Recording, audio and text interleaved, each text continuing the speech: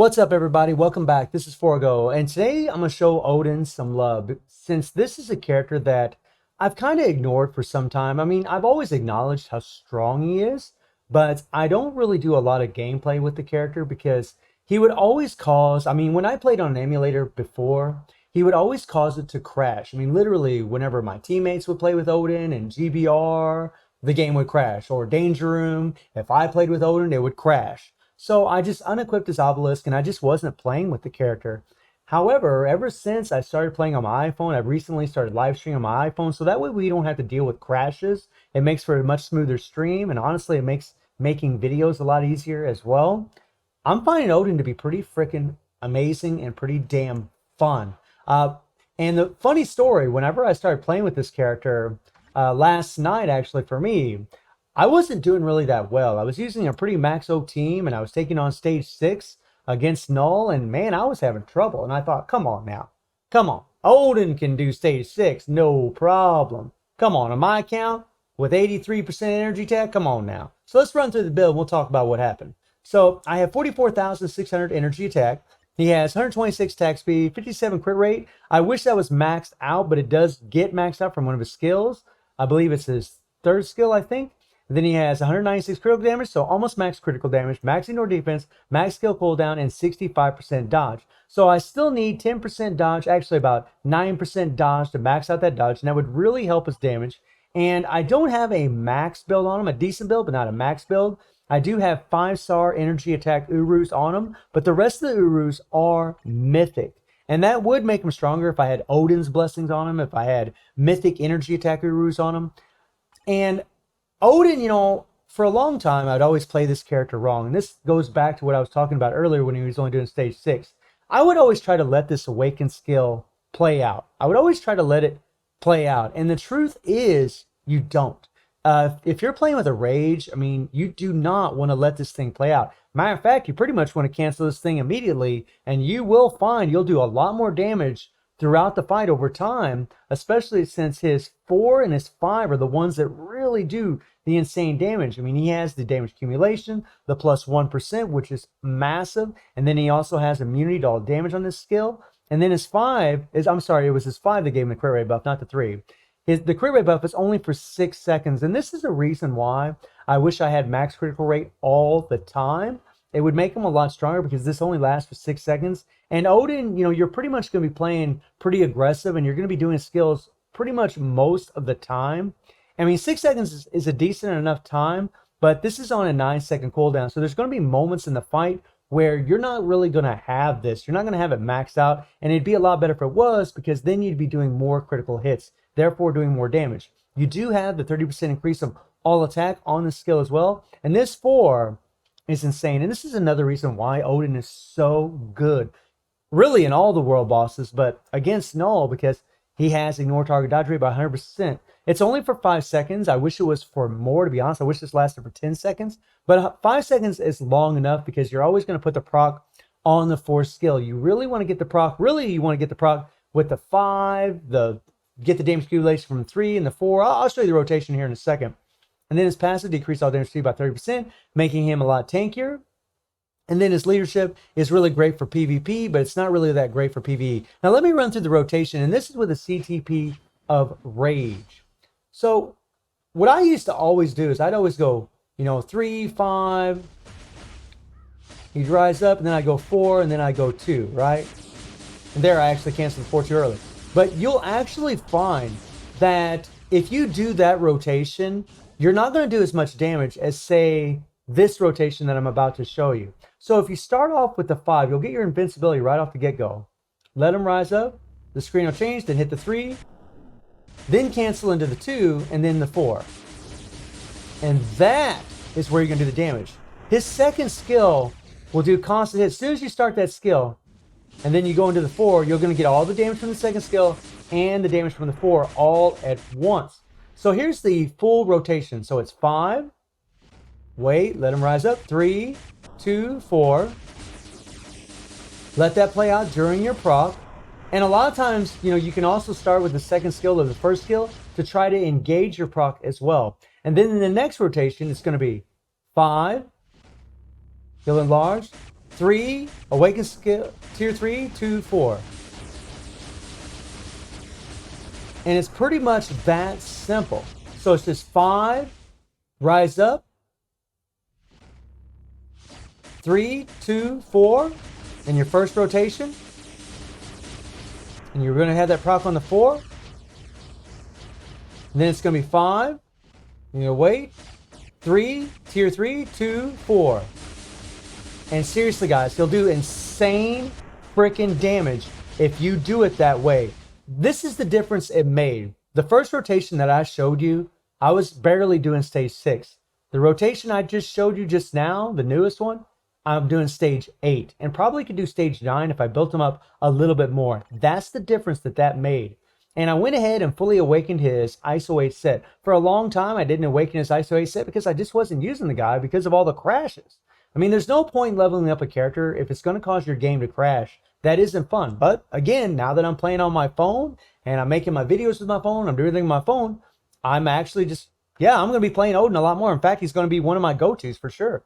And then we have the CTP of Rage, which is the best obelisk for him. The only caveat to having the CTP of Rage on Odin is he doesn't have any guaranteed critical rate. That's kind of something that really sucks about this character. I wish to God he did, because if he did have guaranteed critical rate, he would be more consistent with proccing the Rage. However, Odin does a lot of hits. He does a lot of hits. So it's not as bad as it is with some other characters like Moon Knight. It's just not as bad. He does so many hits that the chances of the Rage proccing are actually fairly good, because when you're doing a lot of hits, the chances of you doing a critical hit are much higher.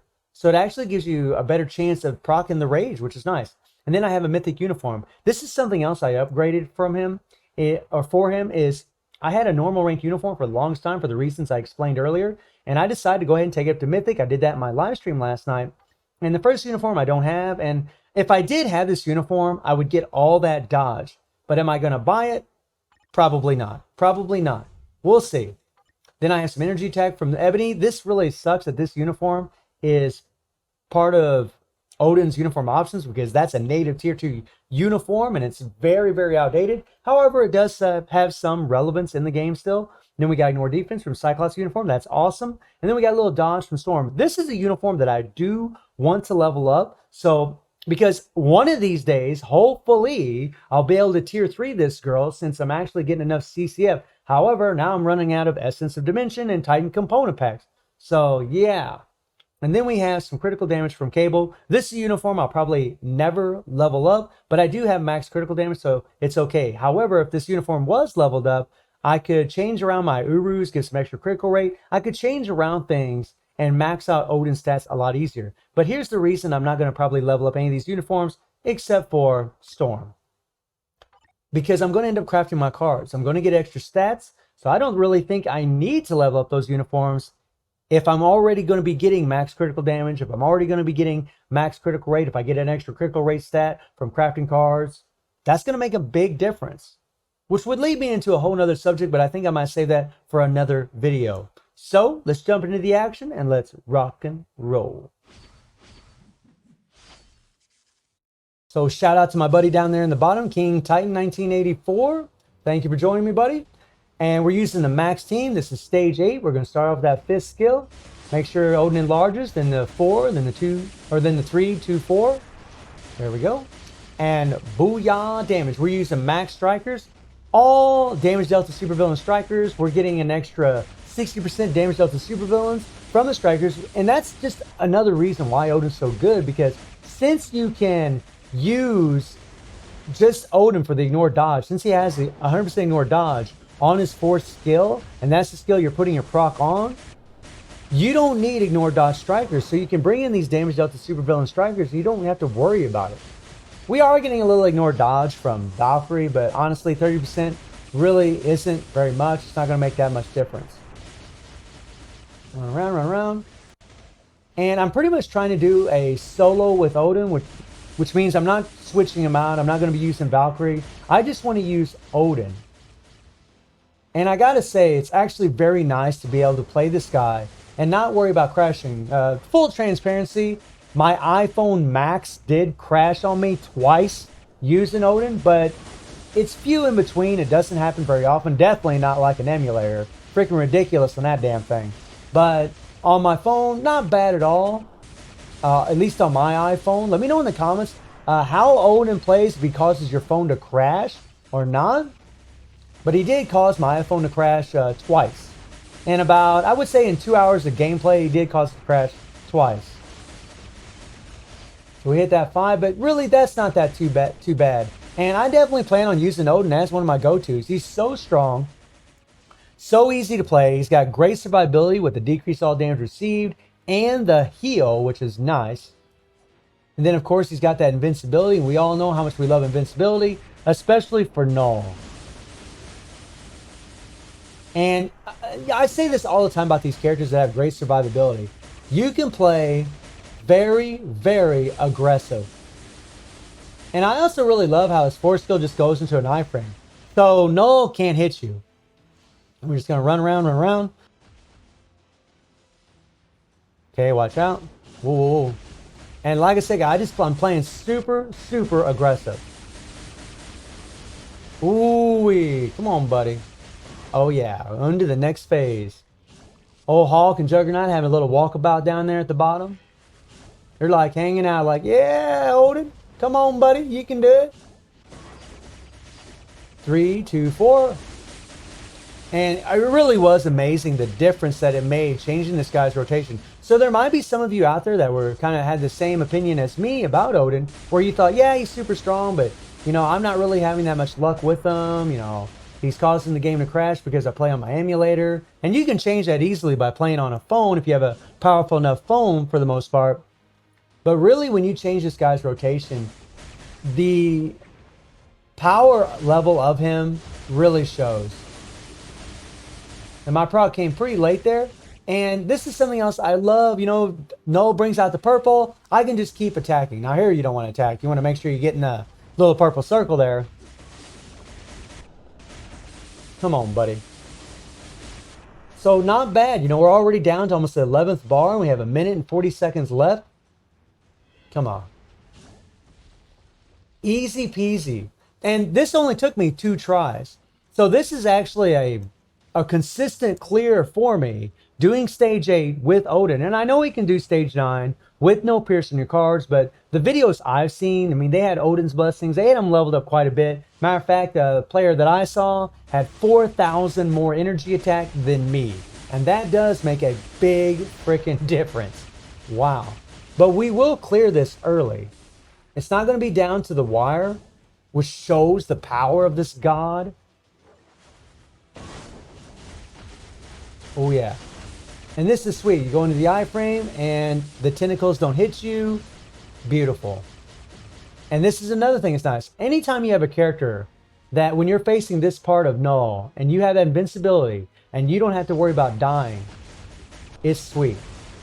You know, you can just go balls to wall, do a lot of damage early on, right? Get out of there. And we barely even took any damage from that. My 5, look at the 5 got a little weird there. It was a little weird. Sometimes with Odin, the fist skill gets a little funky every once in a while. Come on, come on, come on, come on. Oh yeah. And 24 seconds left to spare. Odin, stage 8. Pretty freaking amazing. So let me know how y'all feeling about Odin getting it done, and I hope you enjoyed the video. Thank you for watching. Y'all take care and have a good one.